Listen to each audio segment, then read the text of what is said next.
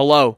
What is up, gamers with a Y? It is me, Daniel, aka Dannyphantom.exe, aka Denny, aka your king. Bow down to me, peasants. How you doing today? I'm good. It is 10 p.m. and I have to wake up at 6 a.m. tomorrow. I'm feeling good. Today, everybody, we are going to be talking about, once again, the greatest game of all time, Hello Kitty Island Adventure 2. I'm just kidding. It's Baldur's Gate again, of course. So 2 weeks ago, I did a video about Baldur's Gate 3 talking about what your favorite character says about you. Now, in that video, I didn't really go over every single character in the game. I really just went over the main 6 companions plus some additions. So today, I thought we'd expand our horizons, broaden our senses, if you will. So in today's video, we're going to be talking about even more characters in Baldur's Gate, specifically the villains, plus Jira and Minsk, but you know, they're not villains, but they're on the list. Anyways, but before we get to that though, make sure to like and subscribe. And make sure to go comment your favorite villain in the game. I want to hear your opinions about why you like these characters. It's great to hear why you like them because I don't like a lot of these characters. So I want to hear why these characters appeal to you in one way or another. And please remember this, guys. Everything I say in this video is very serious and I'm not joking. If I say something that hurts your feelings, good, it was meant to. I'm just kidding. Or am I? So with all that being said now, let's just jump right into it, shall we? Yippee! So first, we're gonna start with the most requested character that was not in the last video, Gortash. Really? Gortash is your favorite? Like, you're being serious. Really? Like, the bar for men is on the ground, and somehow Gortash manages to go lower than low. Oh God, what's wrong with you?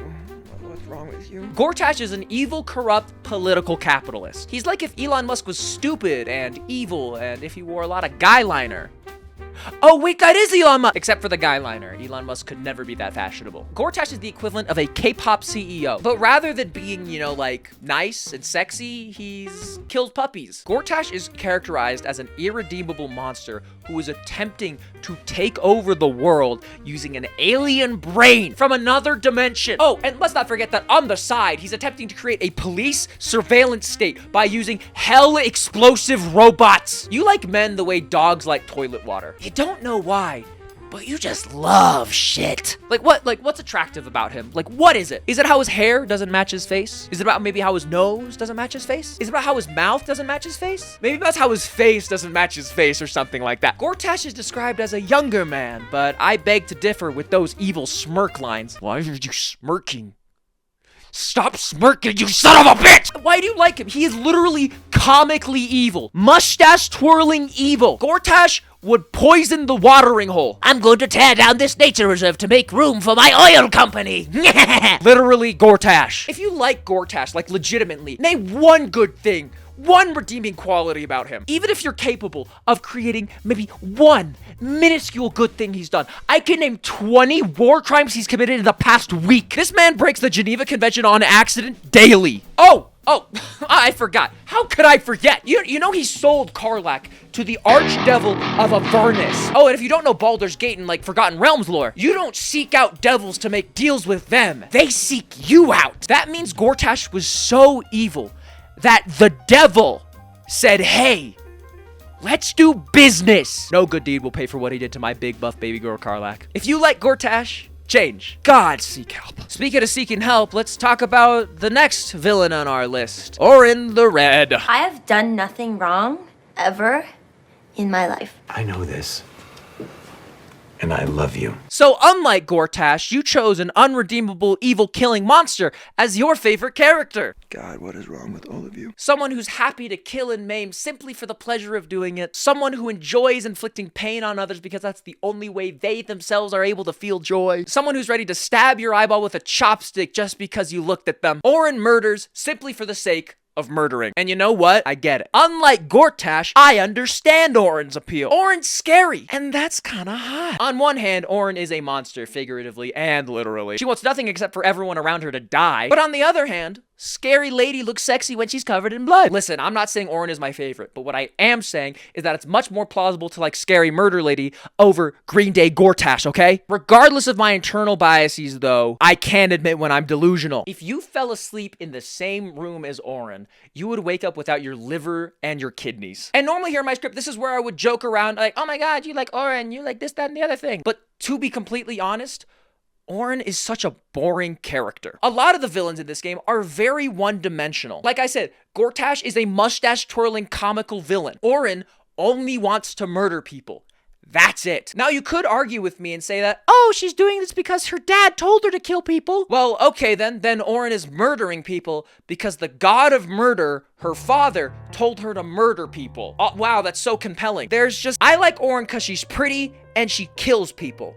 That's it. Her personality has the depth of a goldfish tank. And that's fine. Not every single character needs to be the most compelling person in the world. But if you like Orin, you don't like her because of her personality. You like her because she's sexy when she stabs people. And that's okay. She may not be interesting, but she is hot. And that's good enough for you. Now that we're talking about interesting, let's talk about a more complex character on the list. Let's talk about Ketheric Thorm. Why do you suppose I just hurled a chair at your head? Rushing or dragging? Rushing. So you do know the difference. Now, let me start by saying that I too love J.K. Simmons. He did an amazing job as Ketheric. I loved him. But seriously, what do you see in him? Evil Dilf?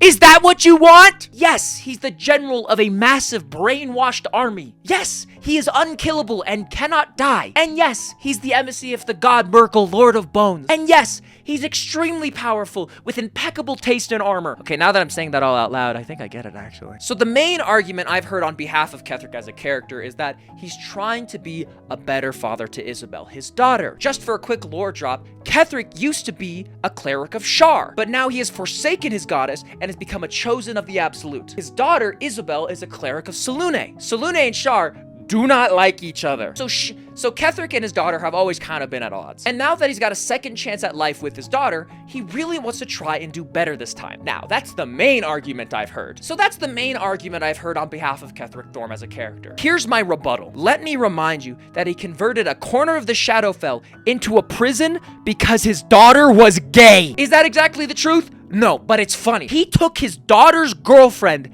Aelin, trapped her in the Shadowfell, and is using her life essence to make himself immortal. That's like if J. Jonah Jameson stopped taking pictures of Spider-Man and just crucified him in Central Park. He's like if Omni-Man was homophobic. God, there are so many parental issues in this game. So let's be honest with ourselves. Ketheric is not trying to be a better father. He is, though, trying to be a better kidnapper, since he does kidnap his daughter. Granted, after kidnapping her, he does kill her, but then he does bring her back from the dead and then brainwashes her into loving him instead of being gay. But being completely honest, all jokes aside, Ketheric is probably one of the more compelling villains in the game just because of his relationship with his daughter. He has more depth than Orin and Gortash combined, and that's simply because of the history he has. Not to mention, he has the coolest intro in the entire fucking game.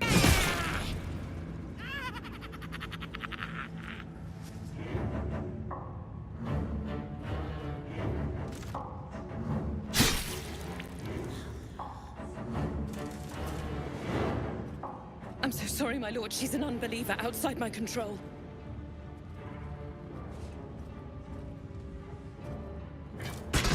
Try again. J.K. Simmons did a great job playing Ketheric. He's menacing, he's scary, he's intimidating. Those are all just like the same word. His voice acting is just phenomenal. Who doesn't like zombie Omni-Man from Whiplash? I know I do. I think we all love our zombie grandpa. What I don't think is that all of us are attracted to him, but some of you are. And to those of you who like him, you're freaks. You want to ride grandpa? Go for it. That's your deal. Hamster. All right, everybody. You know the drill. Men, okay. But what if men, but big and stupid? Yeah! Minsk is a big himbo with a hamster. And that is perfect character design. Minsk gives me the same vibes as Will, as I can't see either of them having sex. But the reason why Minsk doesn't have sex is because he's too busy killing and adventuring to fit it into his schedule. If Minsk is your favorite, you're not attracted to him just physically. It's the dumb himbo personality that really pulls you in. He has just a little guy energy while simultaneously being the biggest guy you have ever seen. He doesn't have golden retriever energy. It's more of hybrid Chihuahua German Shepherd energy, if that makes sense. You like Minsk because you want someone to protect you, someone who will listen to you after a long day. You also want someone who will enable your bad behavior because they think it's funny and Minsk doesn't know any better. You want to date someone dumber than you because you think it'll be like owning a dog, and to be fair, it kinda is. All you gotta do is feed him, play with him sometimes, and occasionally feed his malicious space hamster. Boo is scary, guys, okay? Oh, and if you don't feed him, that's okay. He'll feed himself. It will be with raw venison that he found in the dumpsters behind a Denny's, but, you know, he's eating at least. Minsk is a Ken whose job is hamster, which in my eyes is the perfect character ever. 10 out of 10, you have great taste. Moving on! I'm the Lorax.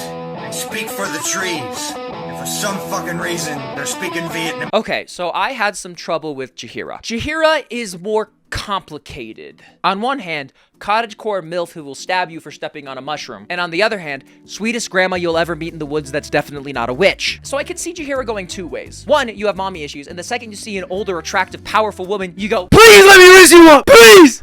Please let me raise you up! Or you want Jira to adopt you and become your cottagecore enabling aunt. Honestly, I think it's more the second one personally. Jira is one of the oldest characters you'll meet in Baldur's Gate 3. Not just age-wise, but story-wise. Jira was in both Baldur's Gate 1 and 2 as a main companion. She has been around for a long time. She's been adventuring and helping people before you were even born. Before your parents were even born, probably. Jahira's not a MILF, not a GILF, not even a great-great GILF. Jahira's an elf.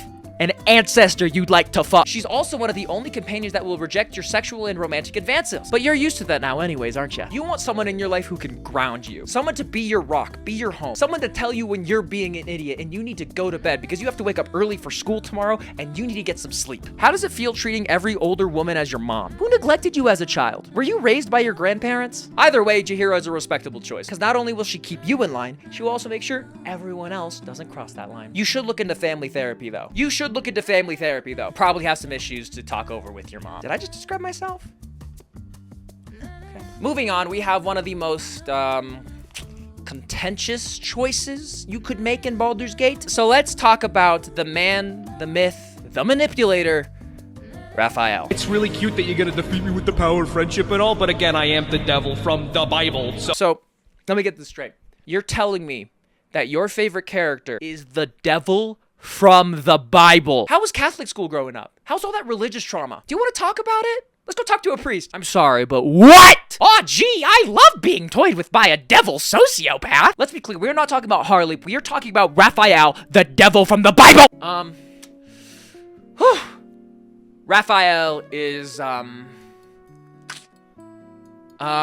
he's attractive. But attractive in like a Jeff Bezos sort of way. Like he owns a multi-billion-dollar company, but they sell a product called Baby Killer 9000. Oh, also the company he owns, he treats every employee like slaves. He's ambitious, he's intelligent, he's intimidating. He's going to steal your soul one way or another. He craves success and power, and you like that. He's going to do anything to make his way to the top, and that includes stepping on you, which is really exciting in your mind. Listen, he's not gonna gaslight you, but he will confuse the hell out of you. He speaks in tongues and riddles like Jim Carrey's Riddler, and probably has the unwashed musk of Paul Dano's Riddler. Raphael's the kind of person to be your boss and call you and your coworkers a family. If you're not a part of a pyramid scheme, you might want to check. You think you're not susceptible to cult tactics, but again, go make sure. Raphael is a man that would rather fuck himself than look at another naked person. This is a man who wants to suck his own dick. Why do you think he'd want you? Not to mention, he's canonically bad in bed. I will tell you one, and only one, of Raphael's dirty secrets. No.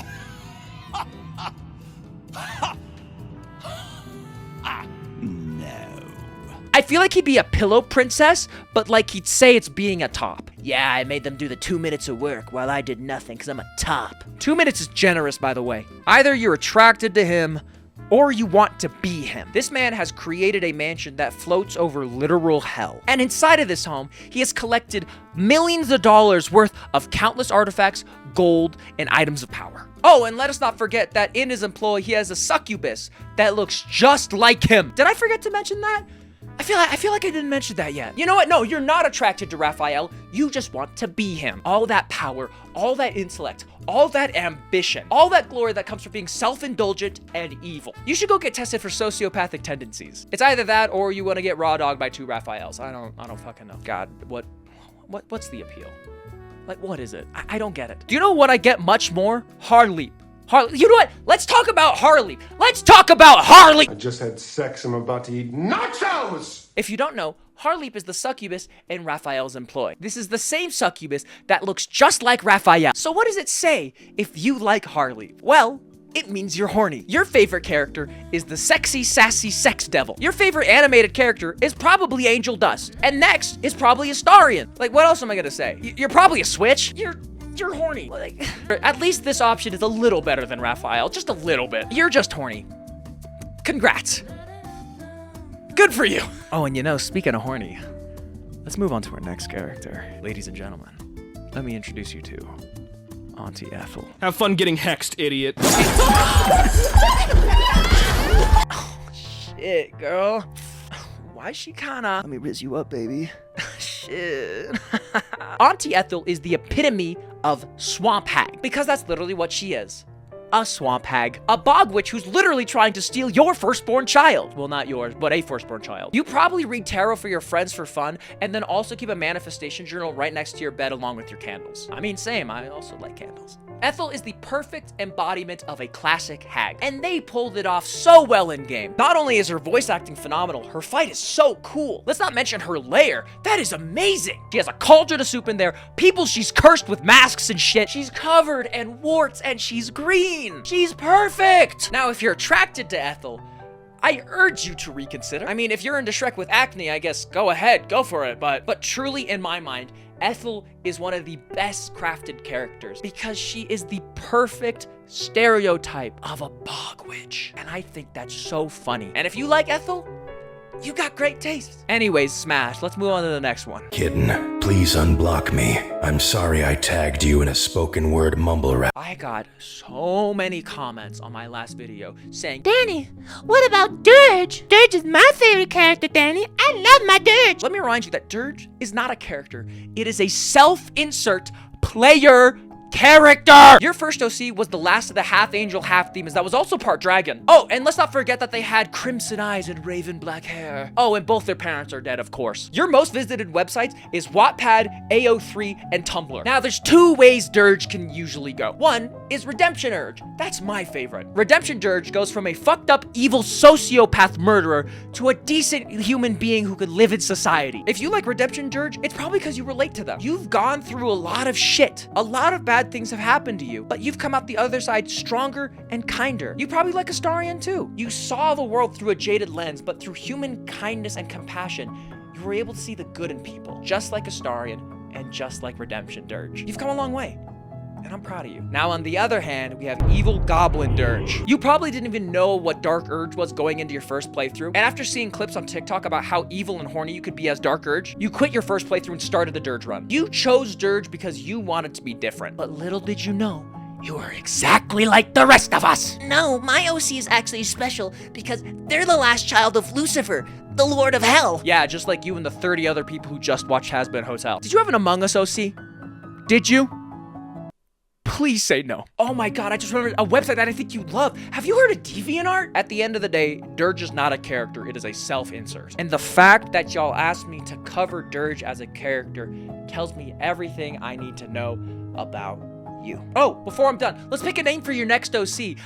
First on the list, we got Zestiel. Next, we got Jade, Amethyst, and Cumshot the Hedgehog. Comment down below the name of your next OC, and comment what gemstone you're gonna make their eye color. I'm gonna make mine ruby. I'm sorry, that was really mean. Truth be told, I really love Durge, actually. I think it opens up so many more interesting ways to play, and so many more speech trees that it's so cool. Like, if you're going for a Redemption Durge, and you fall in love with someone, there's this whole interaction of the Dark Urge trying to kill the person you love most, and you're fighting against it, and it's so good. I really like Durge. I make fun of people for making edgy OCs, but I used to be there too. I really like Durge. I love the different paths you can take. I love the feel of it. Like, you could start the game by killing Gale by cutting off his hand. That's fucking crazy. When I first did that, I was so surprised. I will choose Durge over Tav any day of the week. Is it because it's more interesting? Maybe a little. Am I saying that just because it's edgy? Probably. But look at me. I wear black every day. Of course I'm an edgy fuck. And you know what? That's okay. But seriously, maybe reconsider DeviantArt. Move to AO3 at least. Come on, please. Now, I've saved my favorite antagonists for the last slot because I think they're one of the most attractive, one of the most compelling, and most interesting characters in the game. So everyone, let's talk about the devil of contracts herself, Maora. I love the kind of woman that will actually just kill me. Women, right?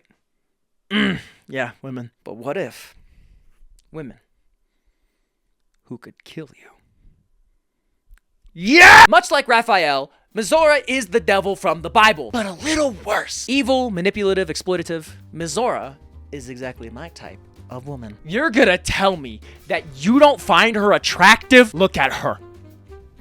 Look! The only downside to Maora is that my girl Karlak doesn't like her. And if Karlak don't fuck with you, I don't fuck with you either. But besides Big Buff Bestie not liking her, if I ever met Maora in real life, y'all know exactly what I'd do. Please let me rizz you up! Please! Please let me rizz you up! Please! Maora has both Will and me on our knees. Will because he's legally obligated to, and me because I felt like it. And I'll be the first to admit, if you like Maora, the mommy issues are insane. So many parental issues in this game. What the fuck? Maybe that's where a lot of our trauma stems from. You know she's gonna manipulate you. You know she's going to use you. And you know what? You're okay with it. You like me for real, for real. It's not like, oh my god, she used me for my body. It's more like she used me for my body. Yeah! Liking Maora is a lot like liking Lae'zel in Minthara, but worse. You want someone to challenge you, very similar to Lae'zel, but not so you could overcome that challenge, but so they can come over on you. See what I did there? What I'm saying is that you're a bottom. And a brat. But to be completely honest here, Maora is a bad person. She's a devil that preys on people with self-esteem issues and people who are in need of legitimate help. And yeah, she may give them help, but it's less of like, oh, you missed rent this month? Here you go. Here's your rent money. And more along the lines of, yes, I am a loan shark. Yes, I'm going to give you money and I will take your feet. That's just kind of what devils do. So if you like Maora, let me tell you something. You are worthy of love. You are worthy of happiness. You deserve to accomplish your dreams. You don't need other people to make you happy. You can do that by yourself. You just need to look inwards and start loving yourself. You deserve everything you want in the world. And you also deserve to be stepped on by a woman in high heels if you so wanted. Thanks for watching. If you liked the video, click like and subscribe. If you disagree with anything I said, I don't care. I'm just kidding. Comment down below and tell me why. Again, I legitimately do not like a lot of these characters. So if you actually like them, please explain yourself. But hopefully you like the video. The world's a bad place, but we can make it better. Go get food, go get water, take care of yourself, take care of the people around you, take care of your pets. Take your medication. Don't forget that. And if it's late, go to bed. I love you all. Thank you so much for being here. And hopefully, I'll see you next week. Peace.